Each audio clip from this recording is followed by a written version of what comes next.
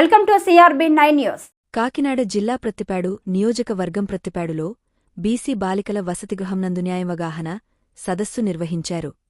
ఈ సదస్సుకు ముఖ్యంతిథిగా Prathipadu court incharge మండల లీగల్ సర్వీస్ కమిటీ చైర్మన్ లీలా శ్యామ్ సుందరి హాజరై స్టాక్ రూమును వంటశాలను తనిఖీ చేశారు. ఈ సందర్భంగా ఆమె మాట్లాడుతూ బాలికలెదుర్కొంటున్న సమస్యలు, వారికి చట్టప్రకారం రాజ్యాంగం కల్పించిన హక్కులు, ఈ సమాజాన్ని ఉన్నతమైన సమాజంగా తీర్చిదిద్దేందుకు వారు చేయాల్సిన విధానాలు తెలియజేశారు.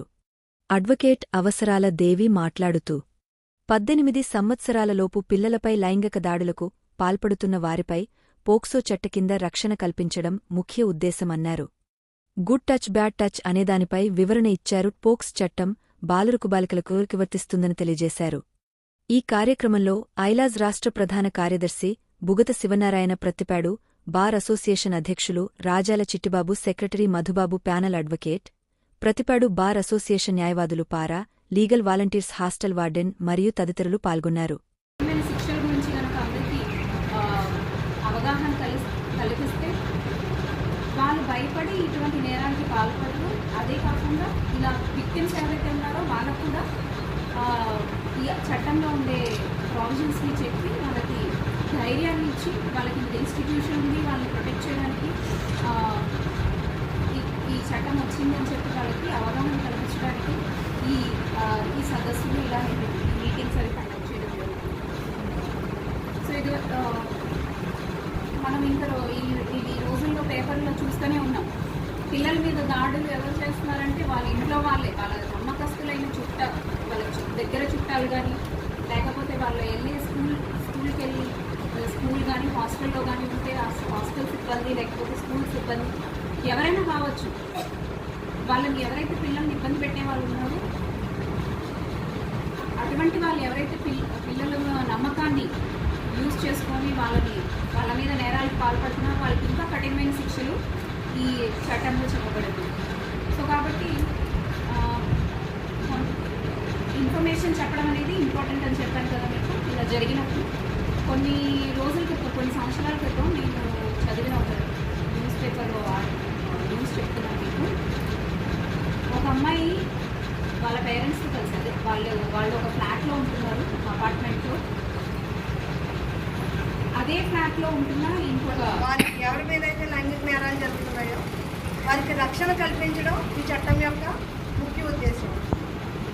జనరల్గా 18 సంవత్సరాల్లోపు పిల్లలు ఎవరైతే ఉన్నారో వాళ్ళ మీద జరిగే లైంగిక దాడులకు కానీ నేరాలకు కానీ ఎవరైతే పాల్పడ్డారో వాళ్ళ మీద పోక్సో యాక్ట్ని పెట్టడం జరుగుతుంది. 2012లో పార్లమెంట్లో దీన్ని ఆమోదించడం జరిగింది. 2012 నవంబర్ 14వ తారీఖు నుంచి ఇది అమల్లోకి రావడం జరిగింది. నవంబర్ 14 ఏంటమ్మా స్పెషల్? రోజు నుంచి ఇది అమల్లోకి రావడం జరిగింది.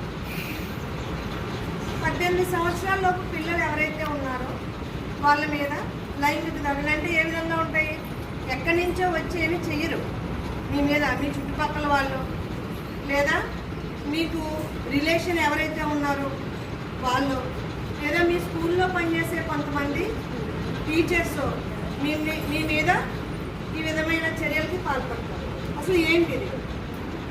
మీకు already good touch bad touch అంటే ఏంటో మీకు చెప్పాము. మేము ఇదివరకు మేము మీకు స్కూల్కి వచ్చి మేము చెప్పాము ఏది గుడ్ టచ్, ఏది బ్యాడ్ టచ్. మీరు దాన్ని ఎలా రికగ్నైజ్ చేయాలి, చేసిన తర్వాత మీ మీద ఎవరన్నా కనుక అలా ప్రవర్తిస్తే మీరు దాన్ని ఎవరికి ఇంటిమేట్ చేయాలి అనే దాని గురించి మేము మీకు చెప్పడం జరిగింది. అలా ఎవరైనా మీ పట్ల అసభ్యంగా ప్రవర్తించినా లేదా మీ శరీర భాగాల్ని ఎవరైనా తాకినా లేదా మిమ్మల్ని ఎవరైనా ముద్దు పెట్టుకోమని కానీ లేదా వాళ్ళు పెట్టుకోవడానికి కానీ మీకు ప్రోత్సహించిన ఈ విధమైనవన్నీ కూడా ఈ పోక్సో యాక్ట్ కిందకి వస్తాయి.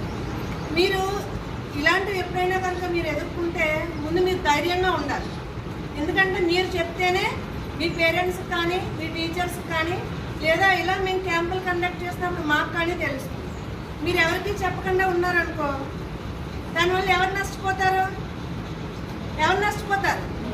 మీరే నష్టపోతారు. కాబట్టి ఈ విధమైన ఎప్పుడన్నా మీకు ఇలాంటివి ఏమన్నా ఎదురైతే వెంటనే మీరు మీ స్కూల్లో పనిచేసే మీ టీచర్స్కి కానీ లేదా మీ పేరెంట్స్కి కానీ ఇలా మేము క్యాంపులు కండక్ట్ చేస్తాం, మాకు కూడా చెప్పాలి.